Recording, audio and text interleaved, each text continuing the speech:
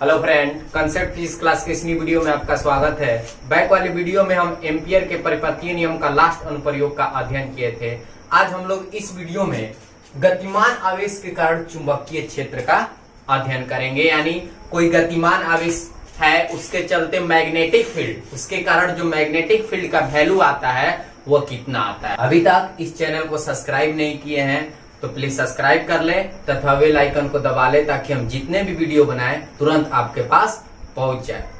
और जो भी स्टूडेंट को यूनिट 2 का, यूनिट 3 का टोटल वीडियो देखना है, प्लेलिस्ट बना हुआ है, उस प्लेलिस्ट में आपको सभी वीडियो मिल जाएगी। यूनिट 2 का लगातार वीडियो मिल जाएगा, यूनिट 3 का टोटल लेक्चर को आप क्या कर सकते हैं, देख सकते हैं। तो आइए हम अपने क्वेश्चन की ओर चलते हैं। देखिए क्वेश्चन क्या है, ध्यान समझिएगा।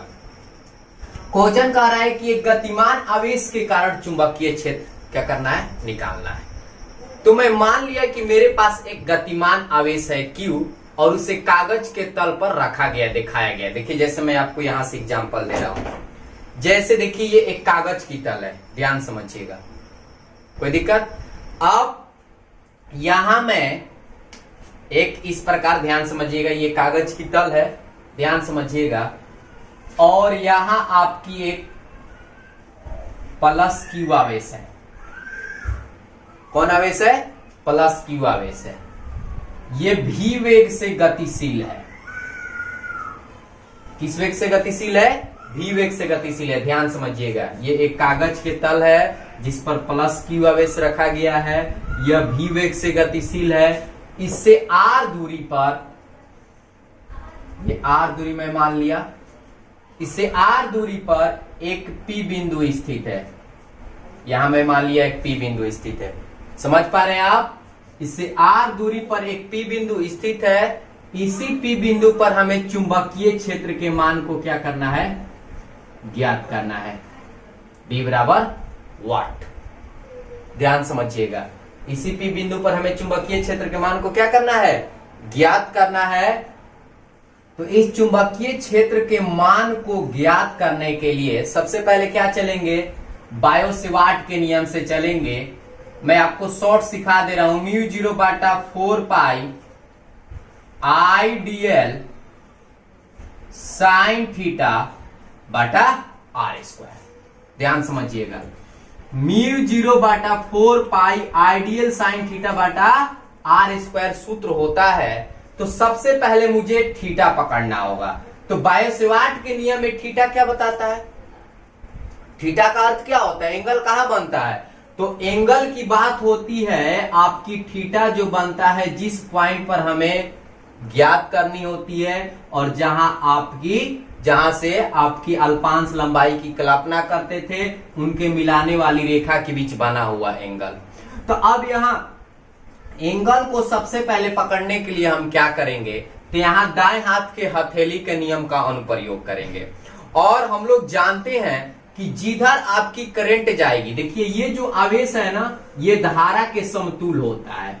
ध्यान समझिएगा, ये किसके समतुल्य होता है? तो धारा के समतुल होता है, यानी धारा के जैसा ही होता है। यहाँ आवेश की जो वैल्यू माने हैं प्लस Q आवेश, ये धारा के ही क्या होता है, समतुल होता है। बात समझिएगा। तो करेंट हमारी इस प्रकार जा रही है, तो जिधर करेंट जाती है उधर हमें अंगूठा करना होता है। तो अंगूठा कर दिए, और जिस पॉइंट पर मुझे मैग्नेटिक फील्ड ज्ञात करना होता है उधर सभी उंगली करना होता है। तो मैं अंगूठा इधर कर दिया और इस पर हमें चुंबकीय क्षेत्र निकालना है, इस पॉइंट पर। तो हथेली कहां आ रही है, देखिए हथेली किधर जा रही है, अंगूठा इधर, इस पॉइंट पर मुझे चुंबकीय क्षेत्र निकालना है, तो हथेली बाहर की ओर। तो इसका कहने का मतलब इस कागज तल पर जो एंगल बनेगा, यानी कागज तल के लंबवत ऊपर की ओर होगा, इस प्रकार। जब हथेली अंदर की ओर होती तो किधर होता है, नीचे की ओर। अब हथेली कहां आ रही है, ऊपर की ओर। तो आपकी जो कोण बनेगा वो कितना डिग्री का बनेगा, तो कागज तल के लंबवत बनेगी। यानी कागज तल के लंबवत यानी इस प्रकार ऊपर से। तो जब इस प्रकार बन रहा है तो थीटा कितना बनेगा बताइए, तो थीटा बनेगी 90 डिग्री।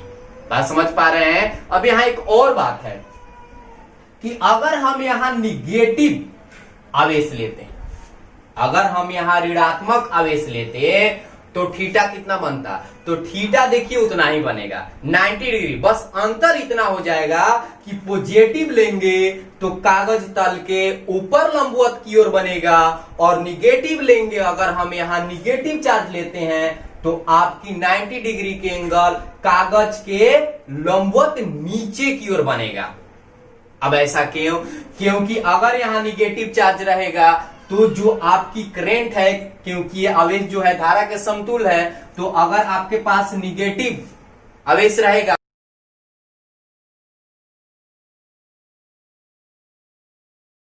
प्लस था तो बाहर निकल रहा था ऐसे, जब माइनस है तो अंदर की ओर आएगा, तो जब माइनस अंदर की ओर आएगा इस पी पॉइंट पर मुझे मैग्नेटिक फील्ड निकालना है, तो इस पर ऐसे रखेंगे ना तो हथेली कहां जा रही है, अंदर की ओर जा रही है, तो जब अंदर की ओर जा रही है तो नीचे की ओर बनेगा, और जब प्लस लेंगे हथेली ऊपर आएगी तो लंबवत ऊपर की ओर बनेगा। बात समझ में आ रही है आपकी? तब यही फिगर मैं इस बोर्ड पर बना दे रहा हूं, ठीक है। और इसके बाद मैं मैग्नेटिक फील्ड के मान को आसानी से क्या कर लूंगा, ज्ञात कर लूंगा। तो चलिए देखिए, ये एक कागज का तल है।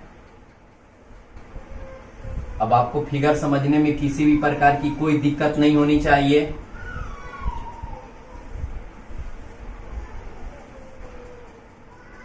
ये आपकी प्लस क्यू आवेश है, ये भी वेग से गतिशील है, ठीक है।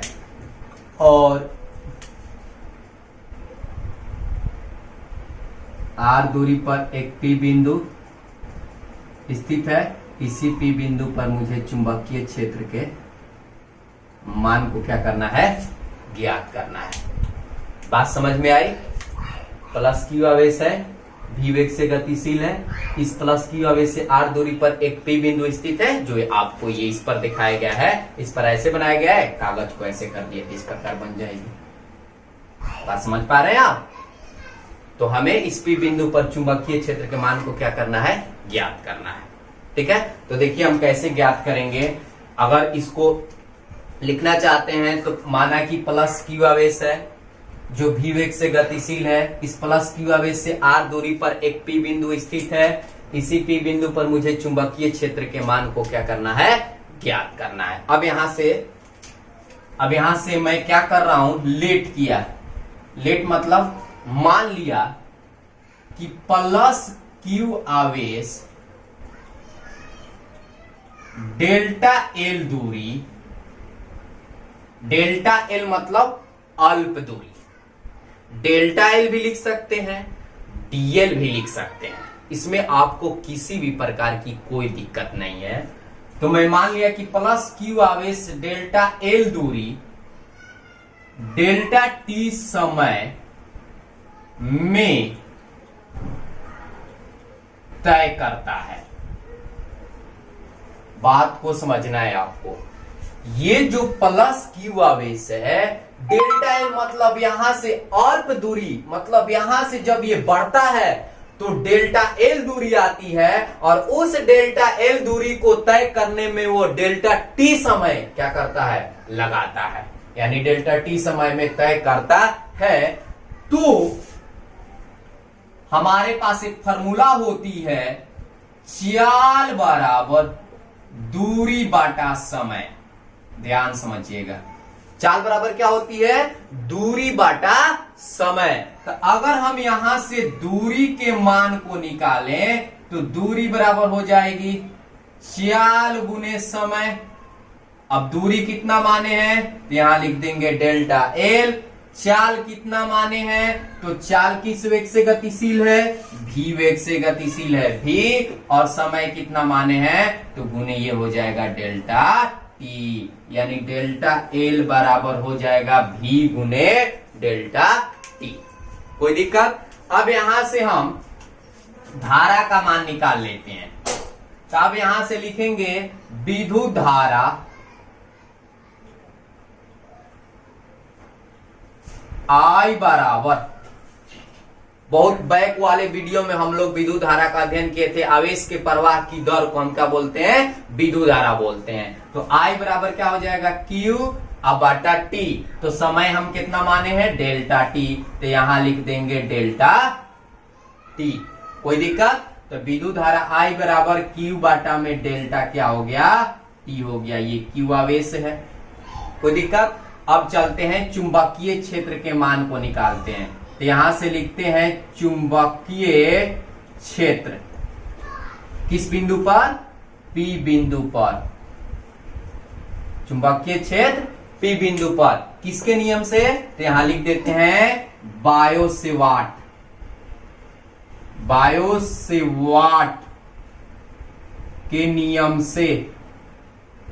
बायो-सेवार्ट के नियम से क्या होगा, तब यहां से देखिए चुंबकीय क्षेत्र P बिंदु पर बायो-सेवार्ट के नियम से सूत्र होगा बायो-सेवार्ट। बाइक वाली वीडियो में हम लोग पढ़े हुए हैं, बायो और सेवार्ट दो वैज्ञानिक थे। सेवार्ट के नियम से मुझे एक चुंबकीय क्षेत्र की मान प्राप्त हुई थी और वो मान कितनी थी, म्यू 0 बाटा 4 पाई I dl या डेल्टा एल। डीएल को हम डेल्टा एल भी लिख सकते हैं। I dl साइन थीटा, अब बाटा में R स्क्वायर, R इस प्लस क्यू आवेश इस P बिंदु की दूरी है।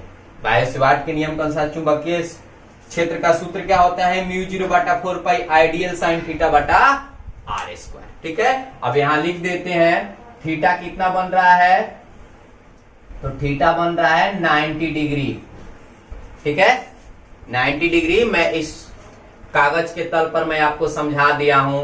अगर मैं यहां प्लस क्यू आवेश ले रहा हूं तो आपकी 90 डिग्री का एंगल यानी कागज तल के लंबवत ऊपर की ओर जा रहा है। अगर हम यहां निगेटिव आवेश ले रहे थे तभी 90 डिग्री का ही एंगल बनेगा, लेकिन वो कागज तल से नीचे की ओर लंबवत होगा। ठीक है, इस बात को ध्यान दीजिएगा। तो यहाँ थीटा का मान हम कितना लेंगे, 90 डिग्री। अब वैल्यू को पुट करते हैं तो B बराबर हो जाएगा म्यू नॉट बाटा 4 पाई, म्यू नॉट बाटा 4 पाई, ध्यान समझिएगा, mu naught Bata 4 pi. I का मान हम रख देते हैं Q बाटा डेल्टा T और ये हो जाएगा DL। देखिए DL का मान आया है, DL का मान कितना है, V गुने डेल्टा T। यहां लिखेंगे V गुने डेल्टा T साइन थीटा के जगह 90 डिग्री, अब बाटा में R स्क्वायर। कोई दिक्कत, डेल्टा T से डेल्टा T को कैंसिल कर देंगे तो बचेगा कितना, B बराबर म्यू नॉट 4 पाई, यहां हो जाएगा Q भी, क्योंकि साइन 90 डिग्री का मान 1 होता है, और नीचे हो जाएगा आपका R स्क्वायर। ध्यान समझिएगा, यही गतिमान आवेश के कारण चुंबकीय क्षेत्र का सूत्र हो गया म्यू नॉट बाटा 4 पाई Q भी बाटा R स्क्वायर। Q आवेश है, V वेग है, R इस Q आवेश से जो P पॉइंट माने हैं उसकी दूरी है। कोई दिक्कत, ये तो बहुत सिंपल थी। गतिमान आवेश के कारण चुंबकीय क्षेत्र का मान हम क्या कर लिए, प्राप्त कर लिए। तो स्क्रीनशॉट कर लीजिए। अगर आपको वीडियो अच्छी लगी होगी तो लाइक और कमेंट जरूर कीजिएगा और अधिक से अधिक मात्रा में शेयर कीजिएगा। नेक्स्ट क्वेश्चन का अध्ययन हम नेक्स्ट वाले वीडियो में करेंगे। Thank you.